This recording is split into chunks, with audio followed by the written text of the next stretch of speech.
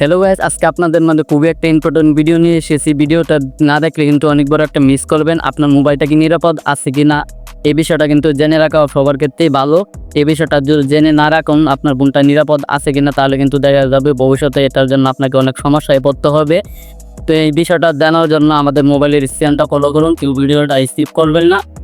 তো finally guys, এই সেটিংসটা করার জন্য এখান থেকে সোজা চলে যাবেন আপনার ফোনের সেটিংস অপশনে।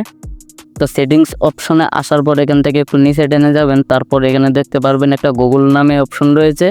এই অপশনটা কিন্তু প্রত্যেকটা স্মার্টফোনেই রয়েছে। তো জাস্ট এটার মধ্যে একটা ক্লিক করে দিবেন। তো গাইস, এটাতে ক্লিক করে দেওয়ার পর এখান থেকে একটু লোডিং হবে। লোডিং হওয়ার পর এখান থেকে দেখতে পারবেন অল সার্ভিস নামে একটা অপশন রয়েছে, জাস্ট এটাতে একটা ক্লিক করবেন। তো এখানে একটা ক্লিক করার পর দেখতে পারবেন কানেক্ট অ্যাপস, এই অপশনটাতে একটা ক্লিক করে দিবেন। তো এখান থেকে অপশনটা ক্লিক করে আসার পর এখানে দেখতে পারবেন নিচে অসংখ্য অ্যাপ রয়েছে, যেগুলো হচ্ছে আপনি একসময় ব্যবহার করেছিলেন, বর্তমানে সেগুলো ব্যবহার করেন না। এখানে অনেক ধরনের অনেক ভাইরাস রয়েছে।